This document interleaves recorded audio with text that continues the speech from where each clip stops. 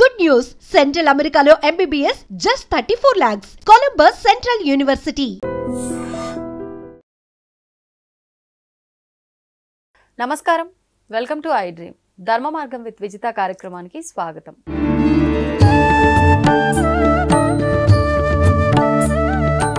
నమస్కారం అండి.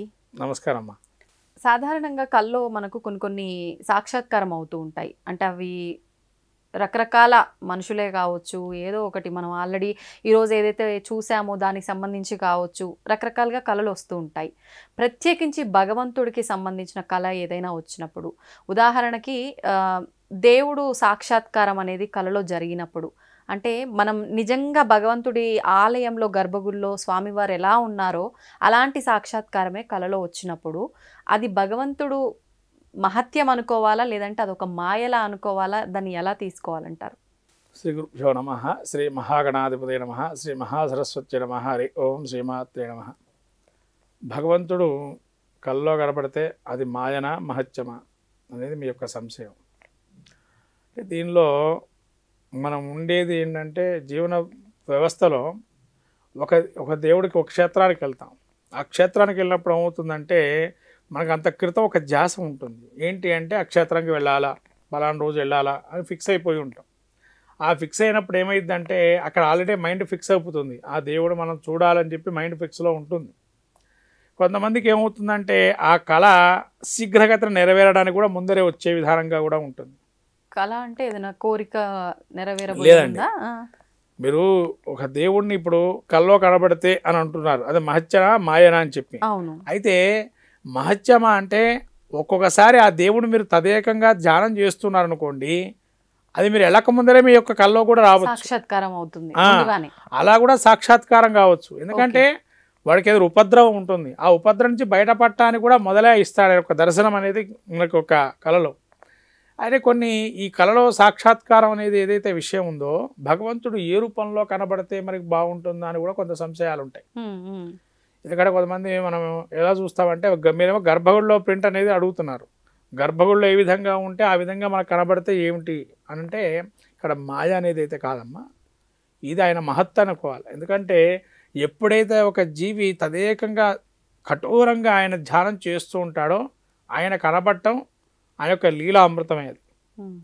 ఎందుకంటే కొంతమందికి, ఉదాహరణకి ఒకసారి నేను తిరుపతికి వెళ్ళేటప్పుడు, ఇప్పుడు కాదండి, ఇది చాలా వరకు ఒక 4-5 ఏళ్ళు, కరోనాకు బిఫోర్, ఒకసారి ఏమైంది, ఇట్లానే వారికి ఇట్లానే ఏం చేసింది, ఇంకా తిరుపతికి వెళ్ళలేదు, వాళ్ళు ఇంట్లోనే ఉన్నారు, వెళ్ళాలనుకున్నారు అంతవరకే.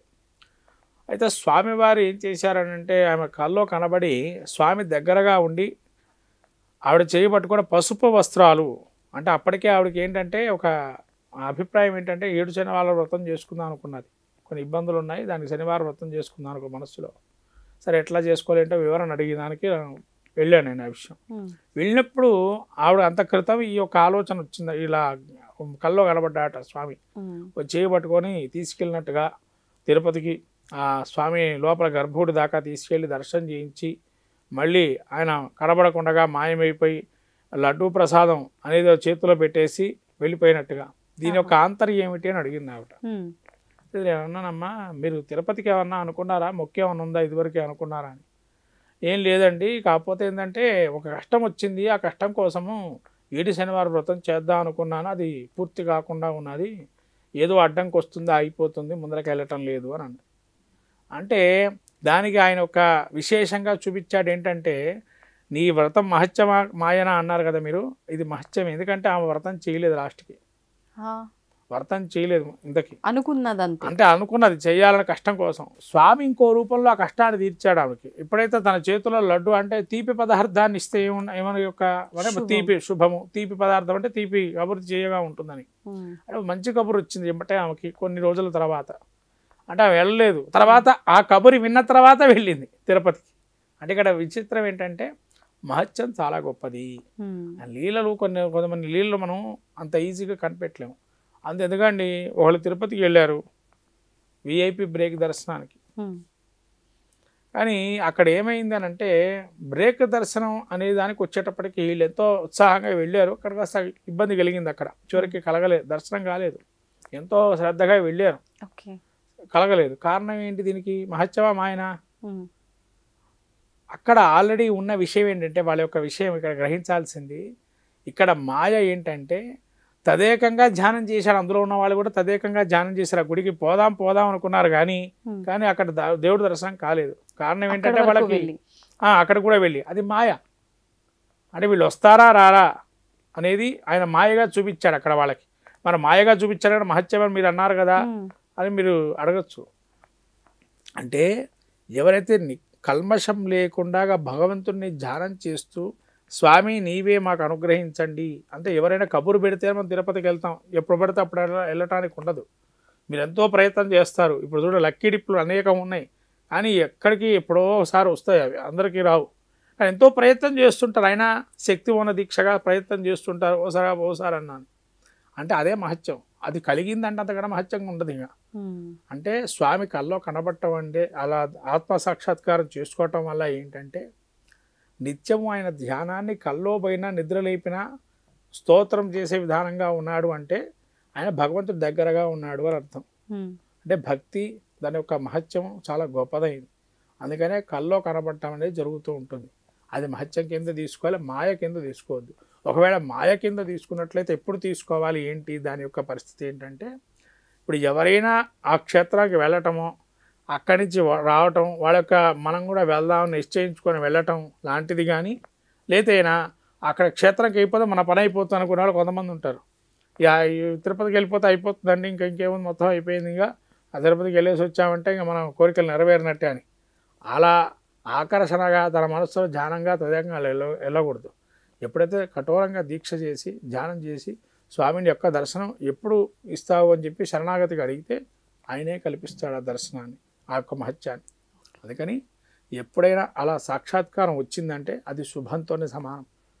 అందులోనూ మీరు అంటే గర్భగుడిలో ఉన్న విధానంగా అదే కల్లో అంటే తన మనస్సులో ధ్యానం అంతా అక్కడే ఉంది. అక్కడి నుంచి వచ్చినా కూడా అదే అని కొన్ని రోజులు అట్లానే ఉంటుంది మైండ్లో, అది పోదు తొందరగా ప్రింట్ అనేది.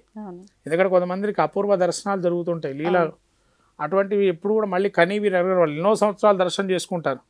కానీ ఏంటంటే ఒకసారి వెళ్తారు దర్శనం చేసుకుంటారు. ఇప్పుడు చూడండి ఎల్వన్ దర్శనం ఒకప్పుడు ఉండేది, ఇప్పుడు లేదు. ఎల్వన్ దర్శనం ఒకప్పుడు చాలా అద్భుతంగా ఉండేది, ప్రోటోకాల్ దర్శనం. అంటే స్వామివారికి శంఖచక్రాదులు హారతి ఇచ్చి అందరికీ కూడా మంచిగా నమస్కారం చేశాడు. ఇప్పటికీ కొంతమంది ఆ దర్శనాన్ని మర్చిపోకుండా ఉంటారు. మళ్ళీ ఇంతవరకు వాళ్ళకి ఆ యొక్క దర్శనం కలగకపోవచ్చు. అటువంటివి వాళ్ళకి నిత్యంగా కలుగుతున్నాయంటే స్వామి ఏదో ఇండికేట్ చేస్తున్నాడు. అంటే స్వామి అయ్యా నీకు ఈ ఆపద రాబోతుంది, ధ్యానం చేసుకో అని చెప్పి ఆయన మహత్యాన్ని చూపిస్తున్నాడు, లీలామృతాన్ని. ఆ విధంగా కల్లో గడబడ్డాడు దేవుడు అంటే తగిన విధానంగా ధ్యానాన్ని ఉపక్రమించండి అని చెప్పి అర్థం. అది మాయ కాదు, దాన్ని మహత్యంగా తీసుకొని దాని లీలామృతం ధ్యానానికి వెళ్ళండి అని అర్థం. ధన్యవాదాలండి. నమస్కారం. తవ్వండి, తవ్వుతున్న శివలింగం సరే దాన్ని అట్లా కప్పేసేయండి, చూపించదండి. కృష్ణ ఇస్ దేర్, మూర్తి పూజ కాదు, సాక్షాత్ బ్రజేంద్ర నందన భగవాన్ ఉన్నారు మూర్తిలో. ఏమీ ఆశించకుండా ఆరాధించే వాళ్ళు కూడా ఉన్నారా ప్రభుజీ? నిజమైన భక్తి అంటే మనకు తెలియదు కాబట్టి